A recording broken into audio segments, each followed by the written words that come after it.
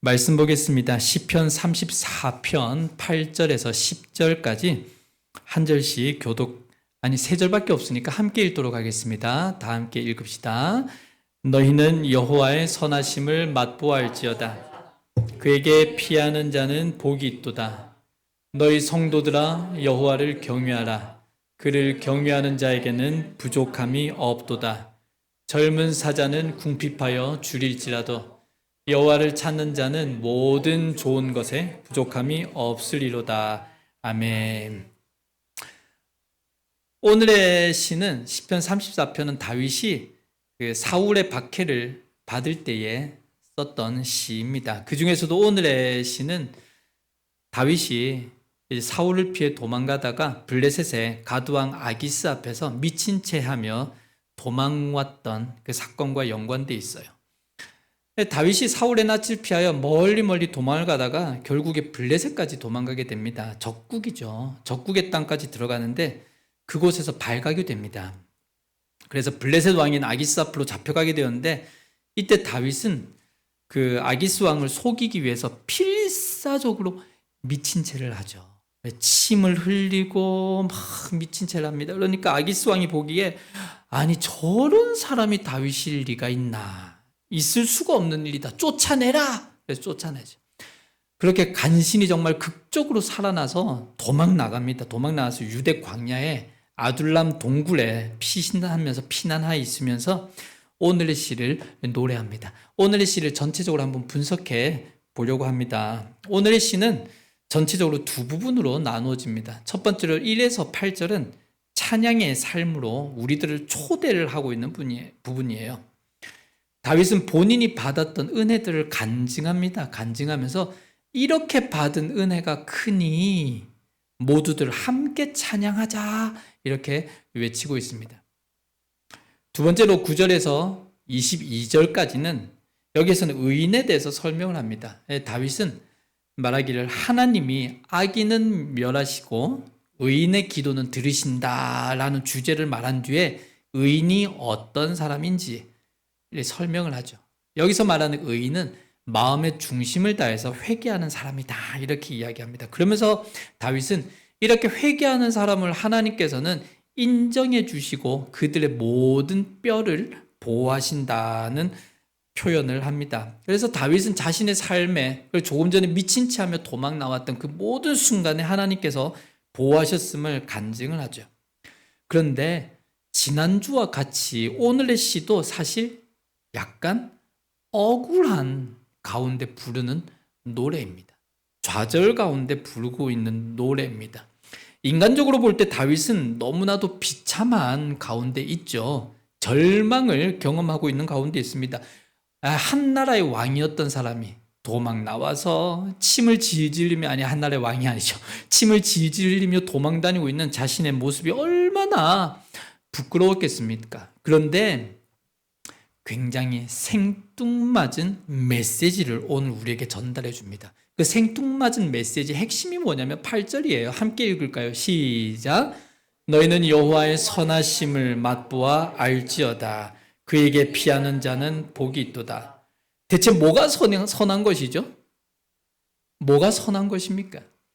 미친 채하고 비참하게 간신히 목숨만 구해서 지금 광야에서 숨구르고 있는 상황인데 이것이 그리도 감사하다는 말입니까? 처음부터 이런 비참한 상황이 없었다면 더 좋지 않았을까요? 이것이 불평할 일이지 이것이 감사할 일입니까?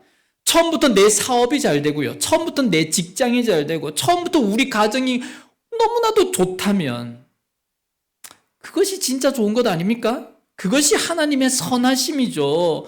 이렇게 비참하게 도망다니면서 무슨 이런 절망과 낙심 가운데서 하고 있는 말이 너희는 여호와의 선하심을 맛보아 알지어다, 이런 말할 때가 아니지 않습니까?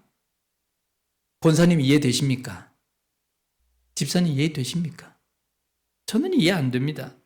그래서 저는 여기서 두 가지의 의문을 가지게 됩니다. 첫째로는 다윗은 대체 어떤 사람이기에 이런 상황에서도 하나님이 선하시다고 고백할 수 있는가? 대체 어떤 사람인가?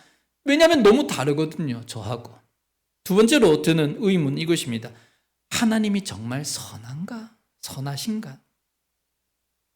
오늘의 말씀과 관련해서 먼저 나누고 싶은 것은 뭐냐면 본문을 통해서 가질 수 있는 오해입니다. 사실 이 오해 때문에 우리는 하나님이 잘 이해되지 않고 의문이 드는 경우가 있거든요. 우리는 일반적으로 하나님이 선하시다고 말하고 있습니다. 우리는 오랫동안 준비했고 기도했고 간절히 원했던 그 무엇인가를 하나님이 응답해 주셨어요. 내 질병을 놓고 기도했는데 응답해 주셨어요. 내 직장을 놓고 사업터를 놓고 가정의 문제를 놓고 자녀의 문제를 놓고 울며 기도했을 때 하나님이 응답해 주셨습니다. 그때 우리 말하죠. 하나님 선하십니다. 그러니 이제 오늘 다윗이 하는 말은 사실은 잘못된 것 아니겠습니까? 그죠? 내 건강이 안 좋은데 우리 집에 물질이 떨어져서 당장 먹고 살 것이 없는데 하나님이 선하시다고 할 수는 없는 것입니다. 그래서 많은 기독교인들이 하나님이 선하시다는 말씀을 이렇게 생각합니다. 하나님은 내가 원하는 가장 좋은 것을 주시는 분이다. 맞는 말이죠. 하나님은 나에게 가장 좋은 것을 주시는 분이십니다. 하지만 분명하게 표현하자면 하나님은 내가 원하는 가장 좋은 것을 주시는 분이 아니라 하나님이 보시기에 가장 기뻐하는 것을 내게 주시는 분이라는 것입니다. 그것을 선하시다고 말하는 거예요. 한 가지 더 알아야 할 것은요. 이 본문에서 성경에서 하나님을 선하시다, 하나님 선하십니다라고 말할 때 이 선하시다라는 단어는 사람에게 쓰는 단어가 아니에요. 신에게만 쓰는 단어입니다. 그러니까 우리가 고백하는 하나님은 선하십니다. 이 표현은 하나님은 우리가 원하는 것, 우리가 기뻐하는 것을 주신다는 말씀이 아니라 하나님이 좋아하시는 것, 하나님 스스로에게 선이 되는 것을 우리에게 주신다는 말입니다. 그런데 하나님의 가장 기뻐하시는 모든 소원이 예수 그리스도 안에 담겨 있어요. 그리고 예수 그리스도는 십자가를 지심으로 이 자리에 있는 우리 모두에게 자녀됨의 권세를 누릴 수 있게 해주셨습니다. 그러니까 정리하자면 하나님은 하나님 자신이 가장 원하시고 기뻐하시는 것을 그의 아들 예수 그리스도의 십자가를 통해서 우리에게 주신다는 것입니다. 이것이 하나님의 선하심이에요. 그런데 이렇게까지 말씀드리고 나면 이제 여러분들이 그런 질문을 할 것입니다. 아니 문 목사님, 그래서 뭐가 다르다는 겁니까? 뭐가 다르다는 건데요? 어쨌든 우리에게 좋은 것 주신다는 말씀이 아닙니까? 아닙니다. 아주 다른 차이점이 하나 있어요. 그것은 하나님이 주시는 선한 것은 우리가 일반적으로 생각하기에 우리에게 좋은 것은 아닐 수도 있다는 것입니다. 하나님 자신의 소원을 두고 주시는 것이기 때문에 우리가 생각하는 그런 종류의 선한 것이 아닐 때가 있어요. 이렇게 하나님의 소원과 우리의 소원 간의 괴리감 때문에 우리는 삶 속에서 당하게 되는 상황과 환경 속에서 하나님은 선하십니다 라고 하지 못하고 도리어 불평하게 되고 원망하게 되는 것이죠. 또한 우리는 우리에게 무엇이 가장 선한지를 정확히 모릅니다. 그렇기 때문에 하나님을 신뢰하지 못하고 의심하게 되는 경우가 있죠. 저희 집 막내 한비치는 이 5살짜리 꼬마는 밥보다 사탕 주는 것이 가장 선한 것입니다. 약보다 과자 주면 더 좋아하죠. 약 주면 웁니다. 하지만 저는 부모이기 때문에 사탕 대신에 밥 주고요. 과자 대신에 약 먹입니다. 마찬가지로 나보다 나를 더 잘 아시는 주님께서는 자신에게 가장 선하신 방법대로 우리에게 선하신 은혜를 내려주십니다. 요즘 주일에 에베소서 성경 공부를 하고 있는데 굉장히 좋아요. 제가 강의 준비를 집에서 하나하나 그 PPT를 만들어가면서 강의 준비를 하는데 제가 먼저 은혜를 받게 돼서 너무 좋습니다. 이 에베소서를 지은 바울의 예를 통해서 하나님의 선하심에 대한 의미를 조금 엿볼 수 있을 것 같습니다. 에베소서는 옥중서신이죠. 에빌골몬, 에베소서, 빌립보서, 그리고 골로새서, 빌레몬서 이 4가지가 옥중서신입니다. 만약에 바울이 감옥에 갇히지 않았다면 어땠을까요? 성경 집필에 최선을 다하지 못했을 것입니다. 성경 집필에 최선을 다할 수 있는 여유로운 시간이나 성도들에게 집중할 수 있는 마음이나 그리고 만나지 못해서 너무너무 보고 싶고 그렇게 괴로워하는 간절한 사랑이 불같이 일어나지 않았을 수 있습니다. 그렇다면 이 귀한 성경들을 쓰지 못했었을 수도 있죠. 또한 바울이 로마 황제에게 상소하게 되는 것도 마찬가지입니다. 어떻게 아무 이유 없이 일반 시민이 로마 황제를 만날 수 있을까요? 가능하겠습니까? 가능하지 않습니다. 사실 성경에서는 그가 황제를 만났는지 만나지 않았는지 기록이 없습니다. 역사학자들에 의해서 그렇게 확인될 뿐입니다. 어쨌든 그는 그의 상소를 통해 로마로 들어가게 되죠. 일반인으로 갔다면 그저 주변에 그런 사람들을 만났을 것입니다. 그저 그럭저럭한 영향력을 떨쳤을 것입니다. 하지만 그는 황제에게 상소한 로마 시민권자 죄인이었기 때문에 황제를 만났던 그렇지 못했던 것을 떠나서 황제에게 상소한 사람으로서 그에 걸맞는 관료들과 그에 걸맞는 사람들을 만나고요. 또한 그에 걸맞는 무게감을 가진 존재가 됩니다.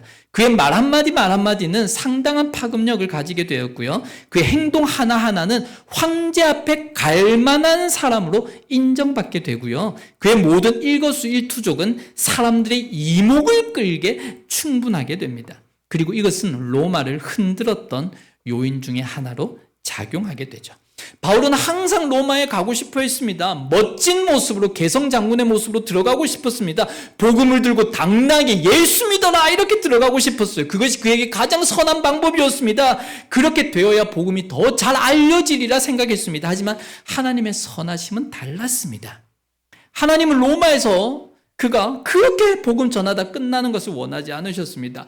조금 더 큰 그릇으로 조금 더 크게 사용하기를 원하셨고요. 로마 전체를 복음으로, 아니 로마를 지나 세상을 한번 흔들어 보고 싶으셨습니다. 그래서 이 거대한 일을 위해서 바울은 감옥에 들어가게 하셨고요. 힘들고 어려운 시기를 지나 황제에게 상소하게 하셨습니다. 바울을 향한 하나님의 계획은 바울이나 당시 바울을 위해 기도하던 소아시아의 교회들과 성도들의 생각과는 너무나도 달랐습니다. 그런데 바울은 그의 모든 삶을 통해서 이렇게 고백하죠. 하나님은 선하십니다. 다윗이 깨달았던 것이 이것입니다. 비록 나의 삶이 내가 생각하는 것과 다를지라도, 비록 내가 지금 블레셋 사람들 앞에 미친 채하며 비참하게 도망 나왔다고 하더라도, 그래서 지금 이 광야 한복판에서 쫓기고 있다고 할지라도 하나님은 정말로 내게 선한 분이시다. 그래서 그가 그렇게 외쳤죠. 너희는 여호와의 선하심을 맛보아 알지어다. 우리 현실로 한번 돌아볼까요? 현실적으로 상황이 받쳐주지 않으면 사실 그렇게 하나님은 선하시다고 고백하기 어렵습니다. 하는 일이 잘 되어야 하나님이 선하시다고 고백을 할 수 있죠. 몸의 질병도 좀 낫고 직장이나 사업의 문제도 좀 잘 되고 그럴 수 있습니다. 내 재능과 내 실력과 내가 지금까지 쌓아왔던 모든 경력이 다 허물어져서요, 다 쓸모없는 것처럼 돼버리면 하나님을 선하다고 고백할 수가 없습니다. 그렇지 않으신가요? 이런 괴리감 속에서 저는 일본의 한 공예 작품이자 기법을 하나 소개해드리고 싶습니다. 이 기법이 오늘의 본문의 의미와 굉장히 많이 닮아 있는 것 같아요. 그 특별한 일본의 공예 작품의 이름은 킨츠키입니다. 아시는 분 잘 아시죠? 킨츠키라는 공예 작품입니다. 이런 작품을 만들어요. 이게 킨츠키 작품입니다. 너무 예쁘지 않나요? 킨츠키라는 뜻은 뭐냐면 금으로 있다라는 것입니다. 이것은 깨진 그릇이나 도자기를, 아니면 직접 의도 고의적으로 깨서 금가루를 통해 다시 붙여나가죠. 그래서 더욱 아름답게 만드는 일본의 전통 기법입니다. 그래서 킨츠키를 구원의 예술, 깨진 그릇을 아름답게 치유하는 예술, 상처를 껴안는 예술이라고 부릅니다. 하나님의 선하심이 킨츠키와 같다고도 할 수 있을 것 같아요. 어느 누가 자신이 깨지기를 원하겠습니까? 저 깨지기 싫은데 많이 깨지고 있습니다.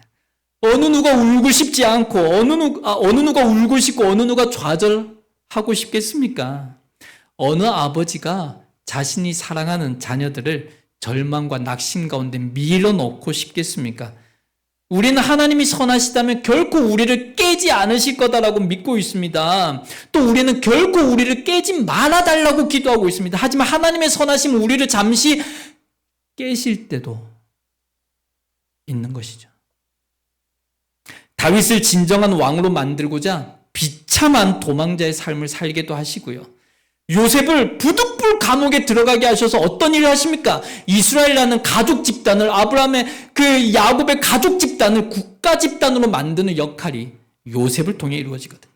그리고 바울은 매맞고 상한 모습으로 감옥에 갇히기도 했습니다. 하지만 이로 인해서 다윗은 진정한 왕이 되고 요셉은 그의 아름다운 일들을 이루고 바울은 로마에 어마어마한 영향력을 끼치게 됩니다. 이렇게 하나님은 가끔 우리를 킨츠키처럼 살짝 깨시고는 상처난 자리를 금으로 붙이시고 아름다운 꽃 붙이셔서 더욱 아름다운 작품으로 만들기도 하십니다. 혹시 깨진 상태라고 생각하십니까? 혹시 금이 가 있는 상태라고 생각하십니까? 이미 혹시 그 상처가 내 안에 머물러 있으십니까? 그래서 하나님의 선하심을 맛보아 알지어다 이 고백이 하기가 좀 어려우십니까? 하나님의 선하심이 우리에게 주실 은혜를 알 때에 인내할 수 있어요. 우리의 필요를 나보다 하나님이 더 잘하신다라는 사실을 인정할 때에 하나님이 이루실 일들을 소망하게 됩니다. 깨진 여러분들을, 다친 여러분들을, 넘어진 여러분들을, 저를 포함해서 우리들을 더욱 크게 쓰기를 원하셔서, 더욱 아름답게 변화시키기를 원하셔서, 그래서 우리의 깨짐을 허용하며 옆에서 눈물로 바라보고 계시는 그 주님을 신뢰합시다. 그리고 우리를 옆에서 핀셋에다가 금 가득 묻혀가지고 발을 준비하시는 그 하나님을 기억하십시다. 그 선하심을 정하신 때에 알게 될 것입니다. 한번 우리 고백하실까요? 하나님 선하십니다. 찬양 한 곡을 드리려고 하는데요. 다들 아시는 곡입니다. 어떤 찬양이냐면 독일 찬양이에요. 주 선한 능력으로, 이 찬양입니다. 디트리히 본회포 목사님이 히틀러와 나치 정권에 저항하며 신앙을 지키다가 순교하시잖아요. 순교하시기 전에 옥중에서 쓴 기도문으로 만들어진 찬양입니다. 이 시는 독일 교회에서 가장 사랑받는 시이고 찬송가로 불려지기도 합니다. 그런데 옥중에서 고문 가운데 사셨던 본회포 목사님이 저렇게 고백하십니다. 하나님은 선하십니다. 우리 고백 한번 해보실까요?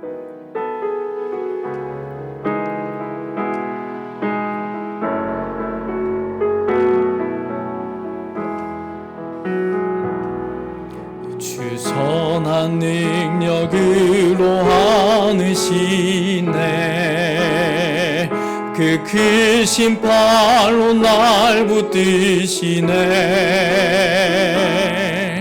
절망 속에도 흔들리지 않고 사랑하는 주 얼굴 구하리.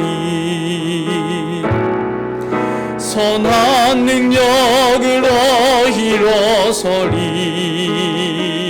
주만 의지하리. 믿음으로 우리 고대 안에 주 오실 그날 영광의 새날을 맞이하리. 이전의 괴로움 날 애워싸고 고난의 길을 걷는다 해도 주님께 모두 맡긴 우리 영혼 끝내 승리의 날을 맞으리. 아멘. 선한 능력으로 일어서리. 주만 의지하리. 믿음으로 우리 고대 안에 주 오실 그날